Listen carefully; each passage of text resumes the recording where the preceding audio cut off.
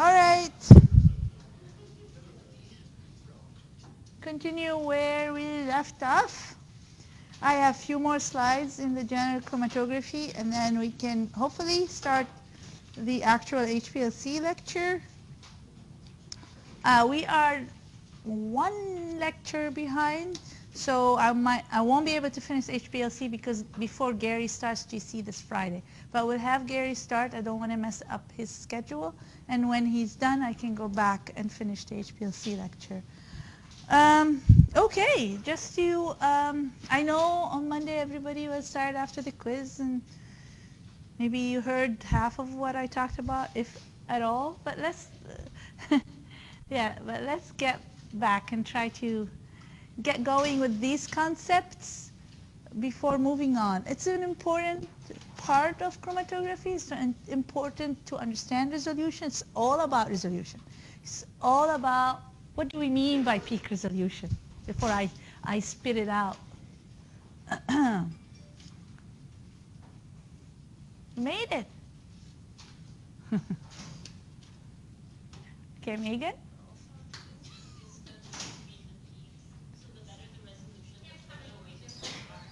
Okay, so resolution, huh? Billy told me. That's okay. Thank you. All right. So yes, resolution literally means separation of compounds from each other. We're resolving them from each other, separating them from each other. So chromatography is all about resolution. It's all about separation. Okay. What is a solvent front peak? We talked about it a little bit and in lab, and I'll go with Justin. I love your enthusiasm, Billy. Keep doing that. That's where the solvent hits the detection first. Exactly. The solvent front is when, from the injection point, the time it takes for the solvent to reach the detector. So the detector is going to recognize, oh, something hit me, and it's going to give you a blip. And oftentimes this blip is due to absorption from the actual solvent, like acetonitrile absorbed at UV light. So you will get a response from the detector as soon as the solvent front hits. Oh, now that I saw Mycin, I remembered something. The group on Monday, the groups on Monday lab, I forgot to ask you to let me know who the leader is for next group, next week. So please, before you leave, there's the sheet with the groups with Chelsea and Mycin over there. Make sure to write down the name of the leader of your group for Monday so that you guys prepare over the weekend and come ready. Okay. Going back. All right, what's the difference between retention volume and retention time? Amanda. Retention volume is the amount needed to get the sample out. Amount of what? Of the solvent. Yes, okay. And then the time is like how long it takes. Yes. So retention is basically how long the compound stayed on your column. It can be how long in terms of time or how much in terms of the mobile phase. How much mobile phase was needed to go through the column to get that compound out. But in chromatography, we mostly, almost always, use retention time. Yep. What is the relationship of peak width to resolution, Tiffany? The wider it is, the less good it is, I guess, because there's more diffusion, so you want a more like thinner, precise peak. Exactly. So the wider the peak, you've got longitudinal diffusion, and that means peaks are going to overlap, so you won't have good separation, you don't have good resolution. You want that peak to be as tight as possible. You want that band in the column to remain as tight and narrow as possible. You don't want to have longitudinal diffusion. Yes, Mallory. So if they're wider, that means it takes longer for the solutes to come out, right? Yes, but not necessarily just longer. The solute, instead of going in and out, you want the solute to equilibrate between stationary phase and the mobile phase. That's number one thing. But instead of going in, interacting with the column and going out, moving with the mobile phase, and the movement you want it with the mobile phase, they're going down the column, through the pores, through the material. They're diffusing, going from a concentrated region to less concentrated region. You don't want that to happen, because then they will diffuse and another compound will come and diffuse with it, then they will overlap. So the width is not only detaining it, taking longer to come out the column, but at the same time overlapping with something else. You're giving them more chance to overlap. You don't want that. The narrower they are, the less the chance to have an overlap, basically. All right. What is the first step in developing a separation between solutes of interest in your sample? Look at what's been published. Yeah, look at what people have done before. It's almost always somebody has thought about exactly what you're thinking about. It's almost always that. Of course, you have situation where you're looking at something new, and that's where you have to investigate, and it takes a long time. But oftentimes, you start with what is published, and then you take that method and you try it out and modify it to fit your system. Okay, great. So this is good that we're starting here with this knowledge to move on and explain resolution as it's impacted by efficiency, by selectivity, and by capacity.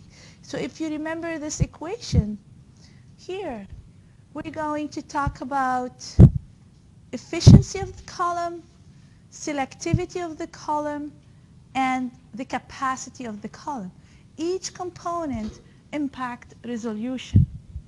So let's start with the efficiency of the column. All right, so along the way you might have heard of theoretical plates or number of theoretical plates. If you heard of it and you still remember something about it, can you tell me? Okay, Tiffany. I want to say we use them for like it's in fractional distillation, so it allows more separation. Okay, yes, you are on the right track here. Yeah. Distillation would be the amount of times that your distillate will evaporate and then recondense and evaporate and recondense on its way until it exits the Perfect.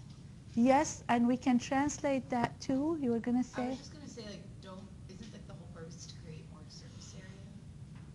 Or is the... It is related to the area, related to the length of your column. What I want to say is what Tiffany said and what Ted said is correct, and what you said is correct. It's really the time it takes to reach equilibrium at each part or fraction of your stationary phase, in each component of your stationary phase.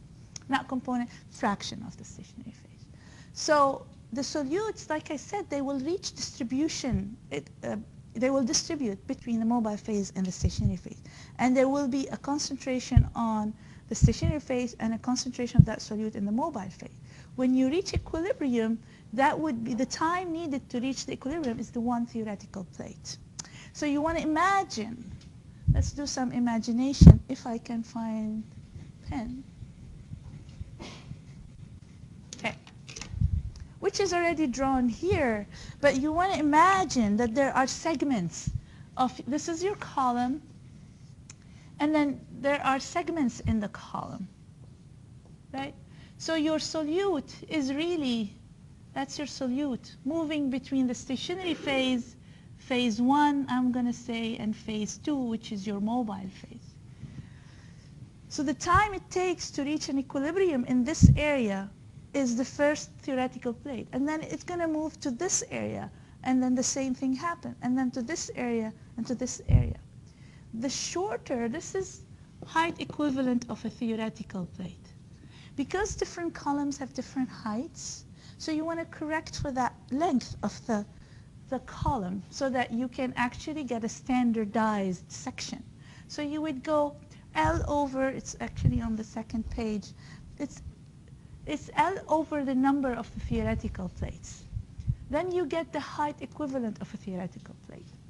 All right, so what happens is when you purchase a new column, you have the best efficiency of that column because you have the stationary phase intact and functioning at the best capacity of it. So, or the best efficiency, so I don't confuse words. So what happens is you're running a compound A through the column. Each compound will have its own number of theoretical plates because each compound will have their own equilibrium time that they need to reach equilibrium. So for any column, it has a specific theoretical plate or n number for a specific compound. Now, over time, what's going to happen is the column might deteriorate, right? You might lose functional groups, strip off functional groups, lose some particles from the stationary phase. So the particulate is going to take longer time to equilibrate. So your height equivalent of a theoretical plate is going to increase. So you go from 1, 2, 3, 4 to 1, 2, 3 number of theoretical plates. So this is, you lost efficiency. This is, you're going from a peak that looks like that to a peak that looks like that. Because now it's diffusing through the column and it's taking longer time to reach equilibrium. So the width of the peak will get bigger. So we go from a sharp peak to a really, I have it here too, to a really wide peak.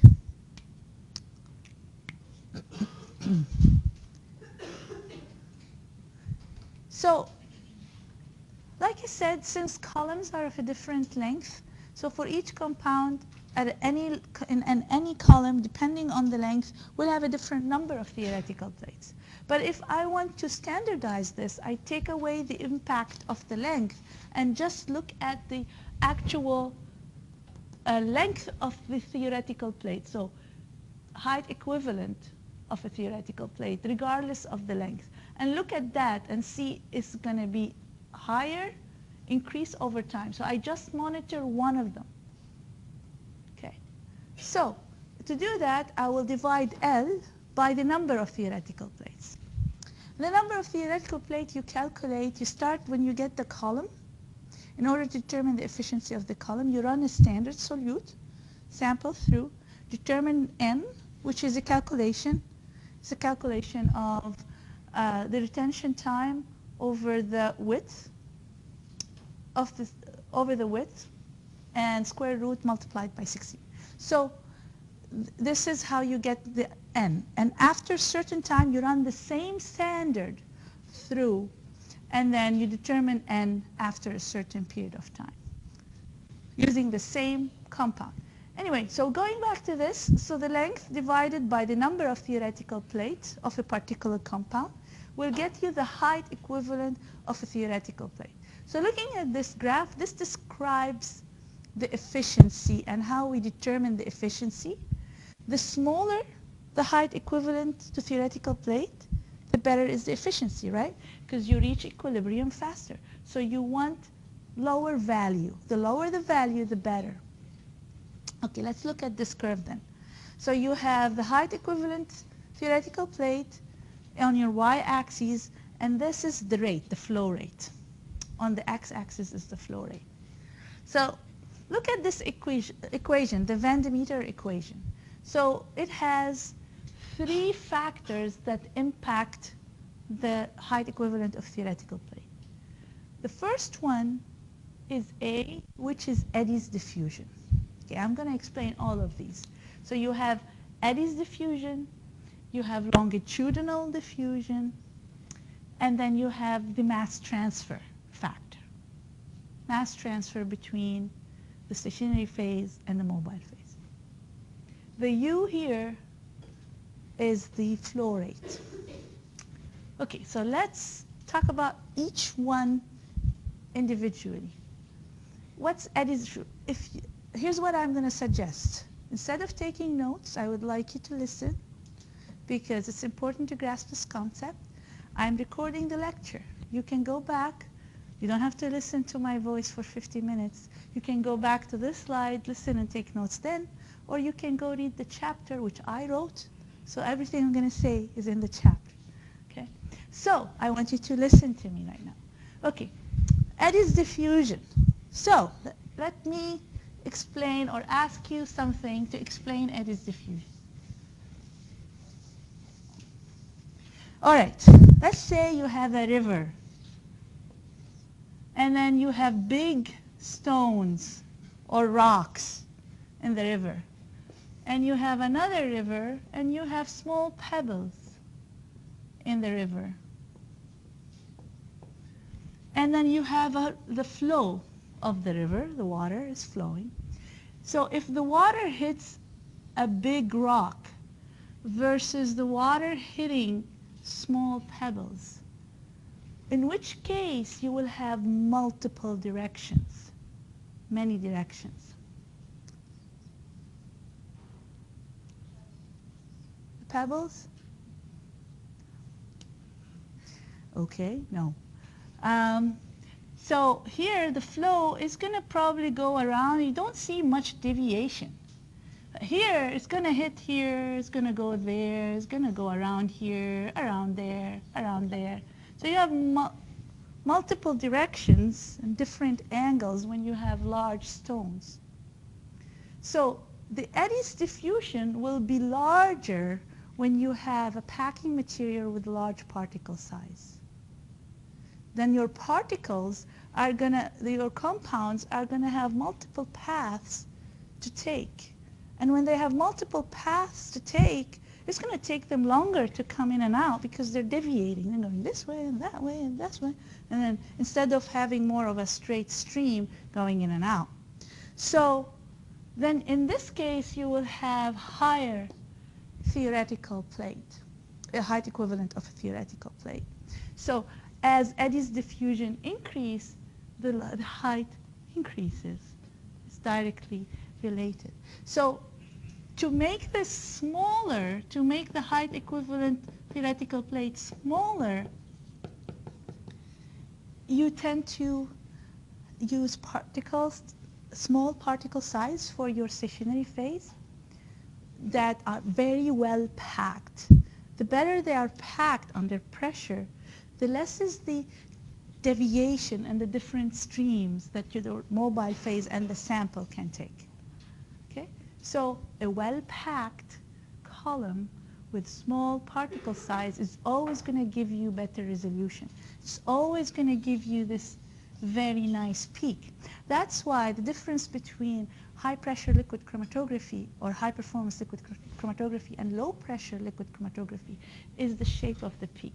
If you ever run low-pressure liquid chromatography with the large columns and the media that you pack versus a packed column under pressure, you're always going to see peaks are sharp when you have high-performance liquid chromatography, and peaks are really broad when you have low-pressure liquid chromatography. Okay? That has to do with Eddy's diffusion. Okay. So that's the first component. Now, B is longitudinal diffusion. All right. So longitudinal diffusion. Okay. So we have tightly packed column and then we have a small particle size, no problem with A. Then you have the particles, your compounds tends to go, diffusion is a big component, right? So you tend to go from a highly concentrated area to a less concentrated area. So while the solute is going in and out, at the same time, some of them is just migrating through the column by diffusion, going from high concentration to low concentration. That's why your peak is not like one line. Your peak is a peak. So you go from high to low, and then when you have high to low, this becomes low concentration, and then you would have high here, and then you will have low here. Then you will have these tails here and here. So that's why you have not a sharp one line, you would actually have a peak because of this longitudinal diffusion. So you have this factor is impacted by flow rate. Now, if your flow rate is high, the impact of diffusion is low. So if your flow rate is high, this number will be lower. If the flow rate is low, this value will be higher. Okay? So this is impacted by the flow rate. If your flow rate is, look at the graph, if the flow rate is high, it's very high, well, let's say it's low first. If the flow rate is low, this is where your height equivalent theoretical plate is. Increase the flow rate, right, is going to decrease the theoretical plate, the height of theoretical plate. However, if you increase it too much, this is going to impact this factor, the mass transfer. You won't have time to reach equilibrium. So the samples are going to go in and out, and then they will not interact with the column so much because they are moving too fast with the flow rate of your mobile phase. Then you will actually lose, this number will be higher and this number will be higher.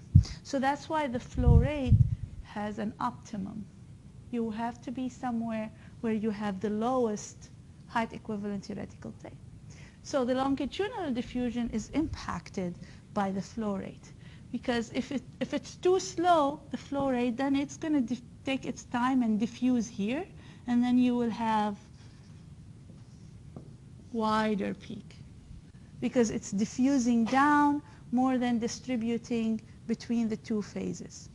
Okay? If the flow rate is fast, it doesn't diffuse so much, it stays mostly outside of the stationary phase. So we need to find the sweet spot. Now C is your mass transfer. That means the time it takes for the solute to reach equilibrium between the stationary phase and the mobile phase, the concentration at any point between the mobile phase and the stationary phase. This is also impacted by the flow rate. Okay? If the flow rate is very fast, that number is really high.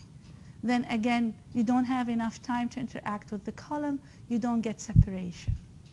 If the flow rate is too slow, then it will be interacting with the column more than you want it, and also you will get widening of the peak. Okay, so flow rate effect is very important. That's why we need to find the optimal. Those of you that did HPLC lab this week, we talked about that in lab, and for you guys that didn't, we'll talk about it more in lab to enforce the idea. Okay, temperature effect is also, it has an effect on all of these factors. We said temperature decreases the viscosity of the mobile phase. That means you have better mobility. The solute will be have more mobility for the solute to go in and out easily. So temperature impacts the mobility of the solute, and it helps reach equilibrium faster. So you will have higher kinetic energy, the solute is moving faster, then you will have sharper peaks and also shorter analysis time. However, if you increase the temperature too much, you might degrade your column, you might degrade the sample, and you might speed it up too much that it will come out so quickly, and if you have compounds that are close to each other, they will not separate because you didn't give them enough time to separate. Okay. Often you will hear me say, or somebody else say, the longer the column, the better is the resolution. Why do you think? Yeah? Yeah, you have more, a number of theoretical plates will be higher. And when you divide L by a bigger number, your height equivalent of a theoretical plate will be lower. So often in GC, those of you that did the GC, you said the column can be meters long. That's why resolution in GC is much better than resolution in HPLC. So you have much more length to work with and much more number of theoretical plates. Any questions here? Okay. Moving to the next factor that impacts resolution, which is selectivity. Selectivity, what it is how selective is the stationary phase of the different compounds in the system. You want to have differences in selectivity. If you don't have differences in selectivity, you won't be able to separate two compounds from each other. So you want them to interact differently with the column. So the selectivity is dependent on the nature of the stationary phase as well as the nature of the mobile phase. And how do we determine selectivity? It's a factor of alpha, which is the retention time of peak 2, the ratio of the retention time of peak 2 to the time of retention time of peak 1. So the bigger the alpha, the better is the separation, the better is the selectivity. So let me give you an example what I mean nature of the stationary phase and the nature of the mobile phase. Take ion exchange chromatography. So let's say you are separating cations. So you choose a stationary phase that might separate an ion with a valence of, let's say, +3 from a +1. You have enough selectivity on the stationary phase, but you can enhance selectivity by changing the pH of the mobile phase. By changing the pH, you might deprotonate or protonate your solutes or your stationary phase itself.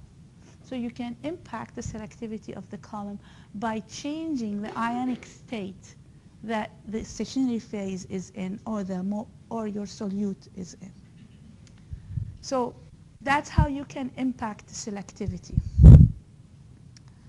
And also it's very important to note that selectivity has more bearing on resolution than the number of theoretical plates. Look at the mathematical equation. This is quadratically influences resolution. It's divided by 4 and it's a root number, whereas this is a factor of 1. So it has a bit more impact on resolution than efficiency of the column. So if you have good selectivity, even if the height equivalent of the theoretical plate is a little longer or bigger, but you still have good selectivity, you can still separate. That means even if the peaks are not sharp, they're a little bit wide, so they are diffusing longitudinally, let's say, but you are still able to separate them, that's fine. You don't have to have always sharp peaks, as long as they're separated. That's why selectivity is more important than efficiency. All right, the last one is the capacity. So, meaning how much you can have of solute that can interact with the column, or the surface area, basically, of the stationary phase. How many functional groups you have that can interact with the column. The more functional group, the higher is the capacity.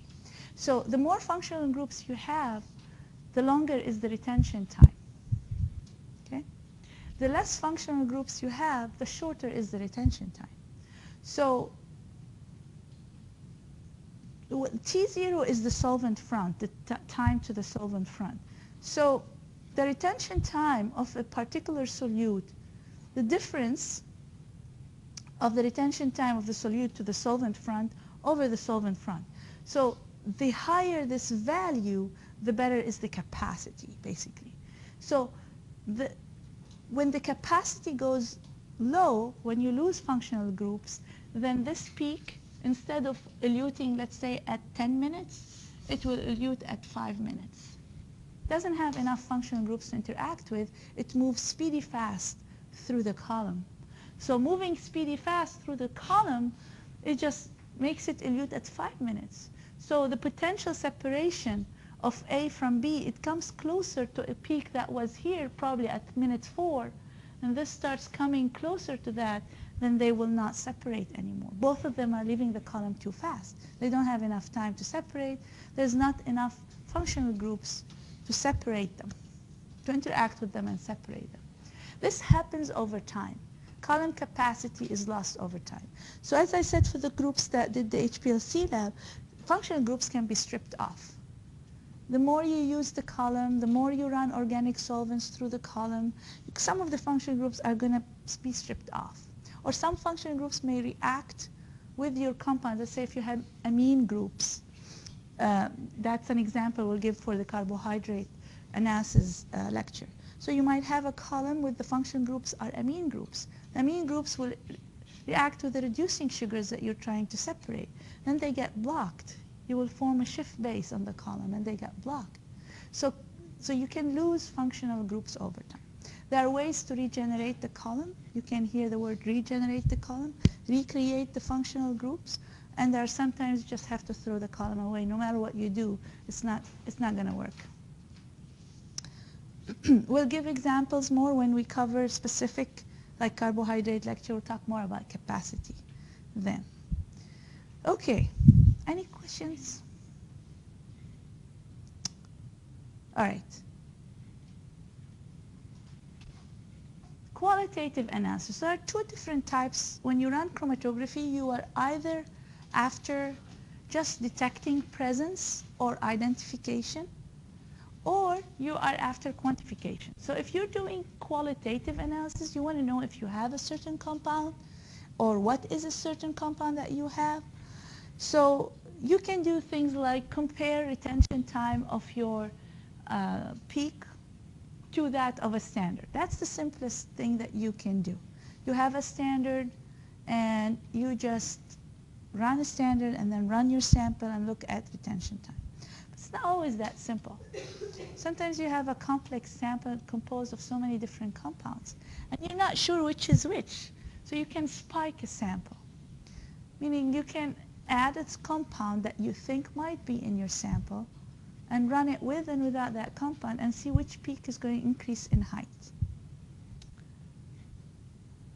Another good way of detecting is what we did in the lab, looking at photodiode array detector, where it can give you a scan of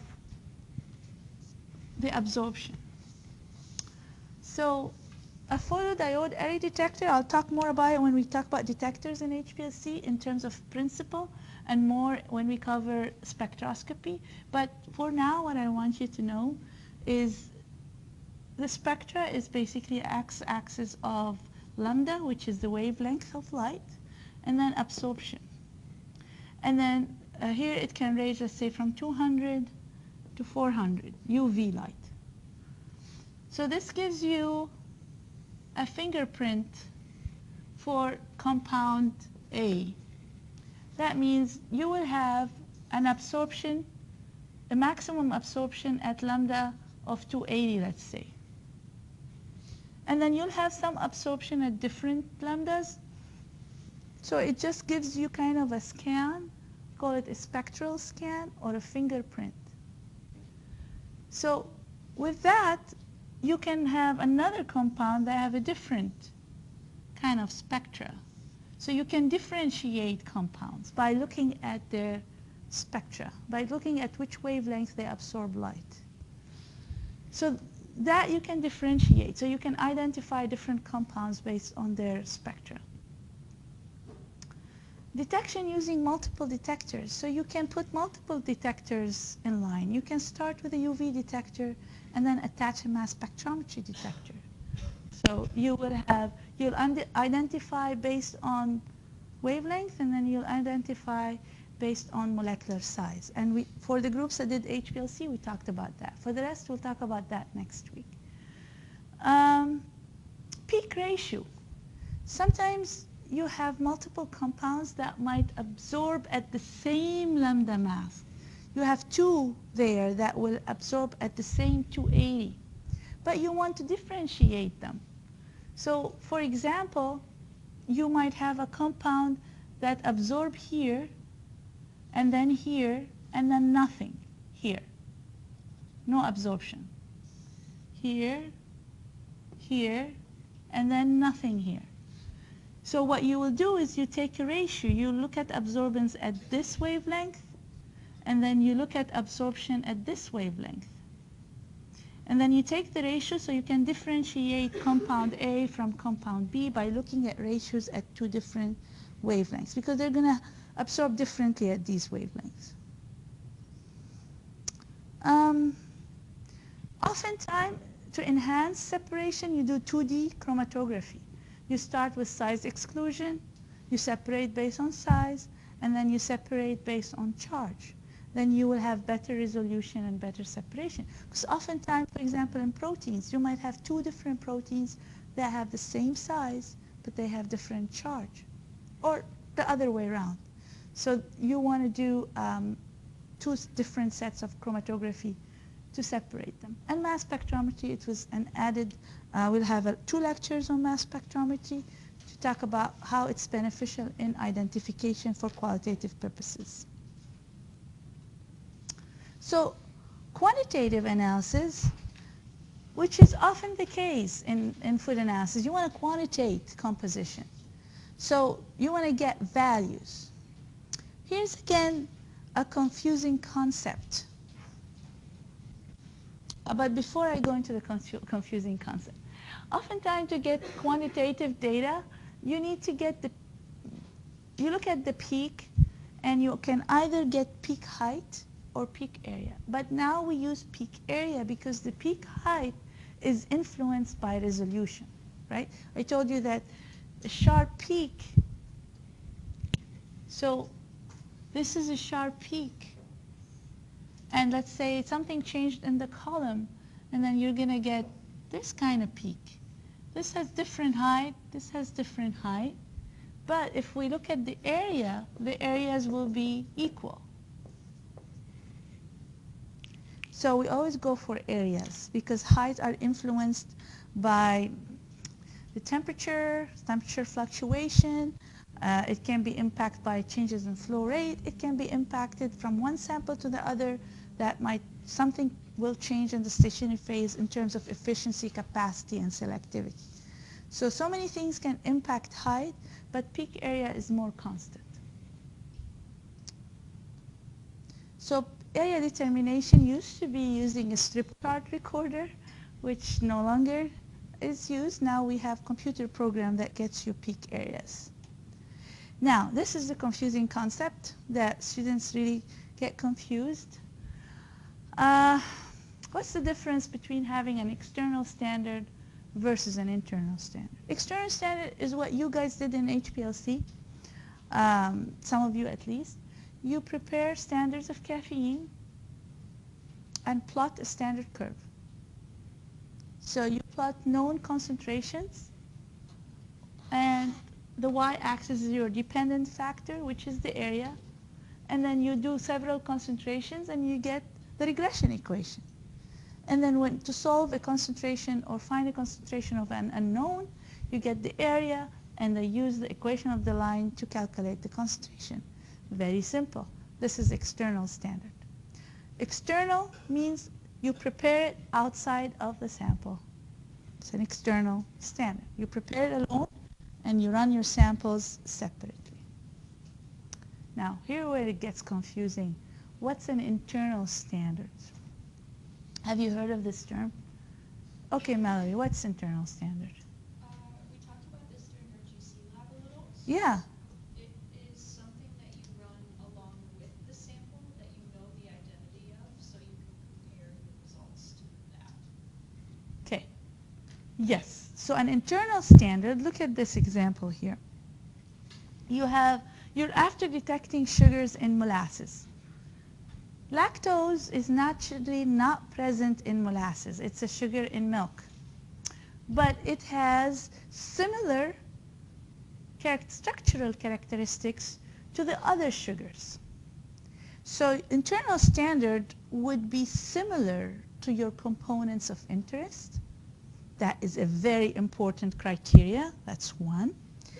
Second, because it's similar, it will come out in the same analysis run, but it should not elute with anything else.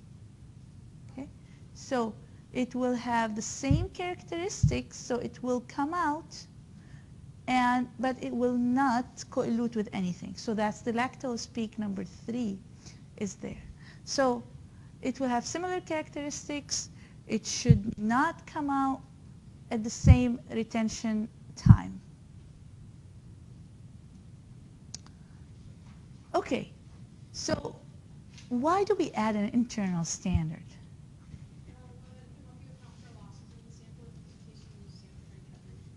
Yes, so those of you that did GC, we didn't use internal standard for the GC, but if you want to do quantitation, not semi-quantitation,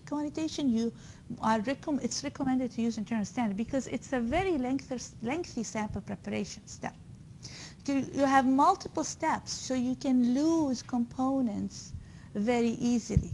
If you have an internal standard, you add it at the beginning, you add it to the oil from the beginning, and you start your derivatization process. So if you lose any of your frame components or a portion of it, the internal standard will be lost as well in the same proportion.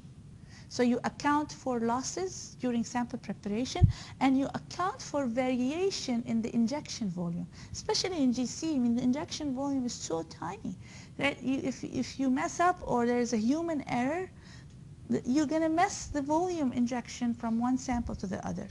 But having an internal standard is going to correct for that. It's always there. It's going to absorb the same type of error as anything else. Okay, so internal standard is important that way. Can we quantitate with only internal standards? That's where the confusion comes. So you didn't pick, I will analyze using only internal standard, or I will analyze only using external standards. Can you get a quantity?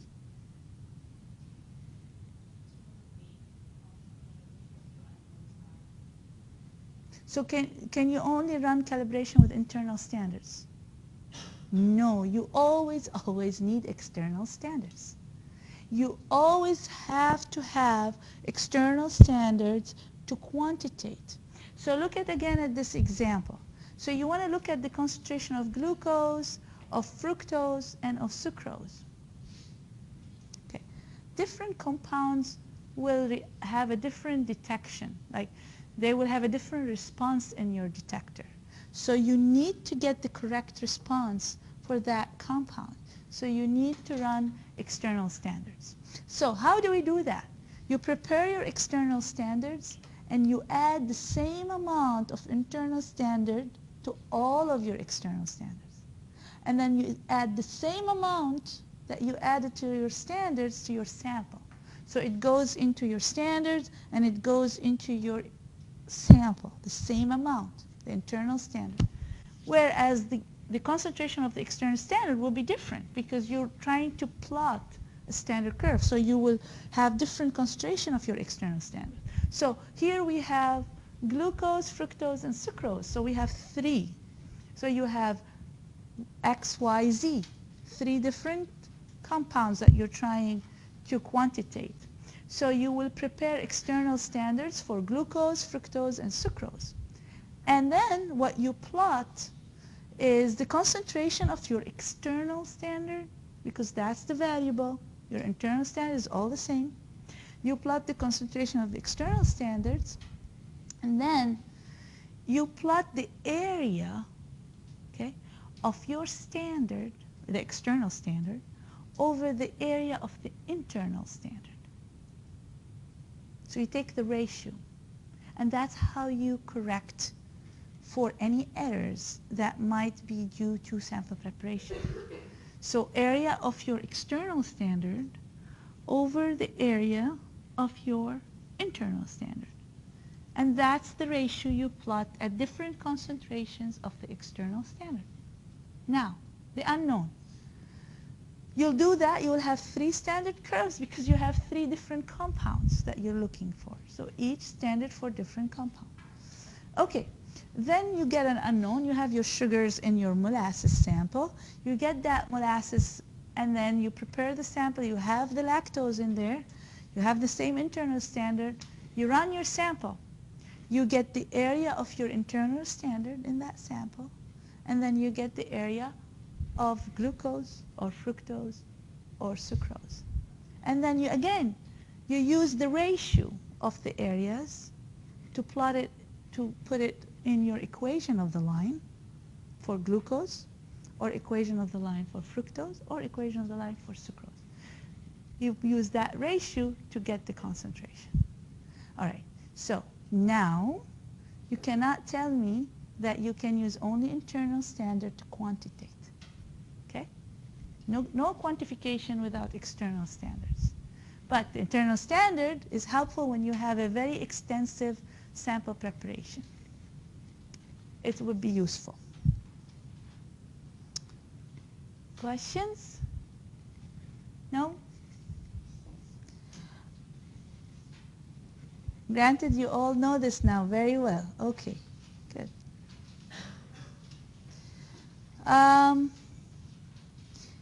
We have 4 minutes. Guess what we're going to do with these 4 minutes?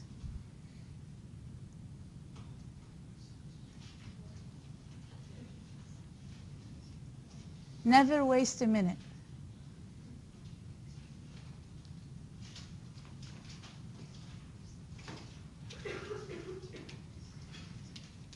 High performance liquid chromatography.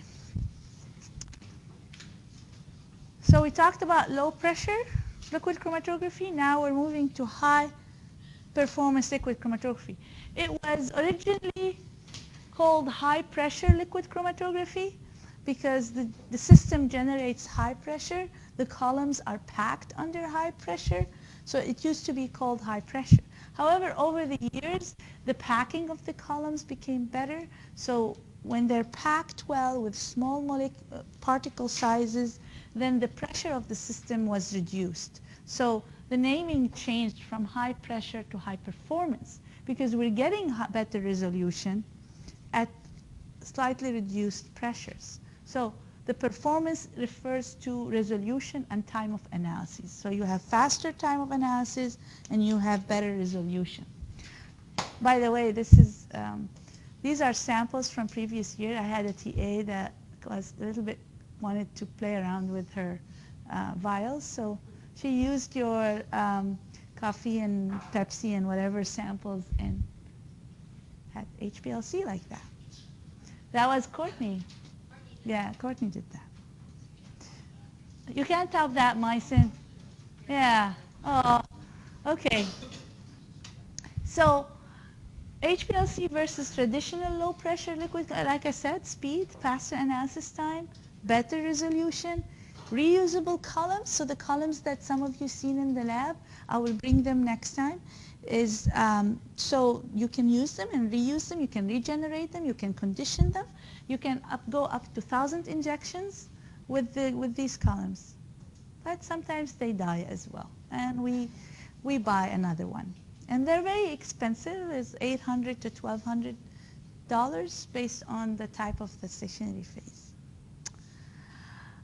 Okay, it's easy sample recovery. So you don't have a lot of volume. So if you're trying to collect a fraction, if you're using low pressure liquid chromatography, sometimes you end up collecting 100 milliliter for a very diluted sample. So you need to do some dialysis and freeze drying to obtain a very tiny fraction.